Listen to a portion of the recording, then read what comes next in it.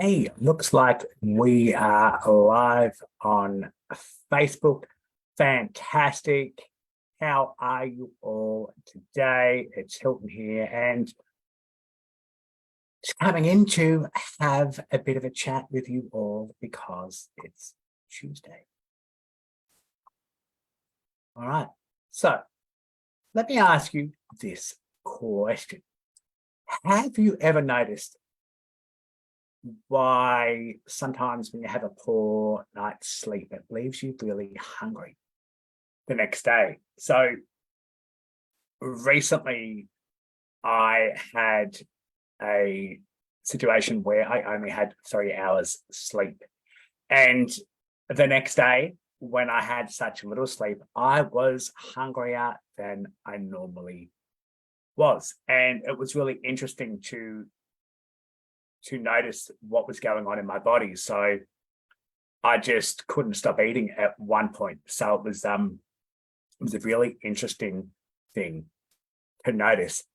And today I wanted to share with you all 3 reasons why having poor sleep can make you feel hungrier the next day. So if you're watching right now, if you're watching me live right now, please say hello and pop a comment in the comment section below. That would be awesome. All right. So the first reason why poor sleep makes us hungry the next day is because of a ghrelin imbalance. So ghrelin is one of those hormones in our body that has an effect on hunger. So it's responsible for us to regulate our hunger and our appetite. So it's a hormone that makes us feel hungry. So when we don't have enough sleep, what we can find is our bodies actually increase the production of ghrelin, which makes us feel more hungrier than we need to. Excuse me. It's better. And so research has actually shown that sleep deprivation or a poor night's sleep quality can actually increase this hormone's production. In fact, there was a study done in PLOS medicine, which found that individuals who had around about 5 hours sleep per night over 5 consecutive nights had significantly higher levels of this hormone ghrelin than those who had about 8 hours sleep. So the second reason why poor sleep can make us feel hungry the next day is because it decreases another hormone called leptin. So leptin is also involved in our appetite regulation.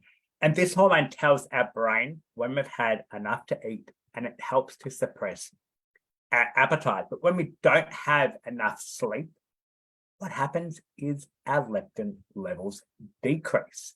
So when our leptin levels are low, our brain doesn't necessarily get that signal that we have had enough food, which leads us to eating more and, of course, eating more. That's it. So it's this combination of high ghrelin and low leptin that creates a unfavorable hormonal environment there, which will make us feel hungry. And it's particularly not great for weight management.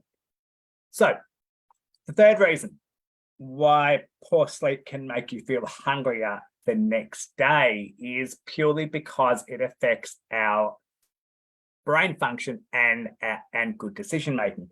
So have you ever noticed that when you're tired, you tend to make unhealthy food choices? Well, I can honestly tell you that recently, when I only had 3 hours sleep, there was a couple of things there that I probably wouldn't normally eat, but I just craved them and I had the impulse to go and eat them. And so I did. So again, sleep deprivation, what it does is it impairs that part of our brain that's responsible for decision making and impulse control.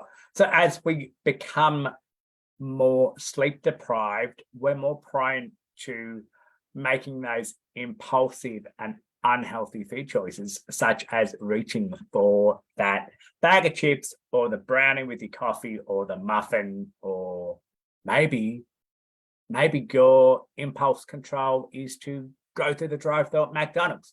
I don't know. But it's worth noting that not having quality sleep can actually contribute to that. So not only all of these things, but lack of sleep also zaps our energy and also our motivation. So to keep it simple for you all, poor sleep messes with two of our hunger hormones. It increases ghrelin to make us feel more hungry. It also decreases leptin, which makes it harder for our brain to understand that we're full. And on top of all of this, the poor sleep affects our decision-making abilities and makes us more prone to having those unhealthy food choices. So the question is, how do we tackle this poor sleep-induced hunger mania that we all get? Well, it starts, of course, by prioritizing your sleep. And most of us need about 7 to 9 hours per night. So one of the things we can do is we can start to create a better sleep environment. So, make sure the room's dark. There's no technology in the bedroom, no TVs. I'm a big fan of not having TVs in the bedroom for that reason. And make sure that you've got a great bedtime routine. So, you're off your screens about an hour before you go to bed and you're doing something relaxing. And also try to stick to a sleep schedule. So that's it for me. Thanks so much, everyone, for tuning in, and I'll catch you all soon. Bye for now.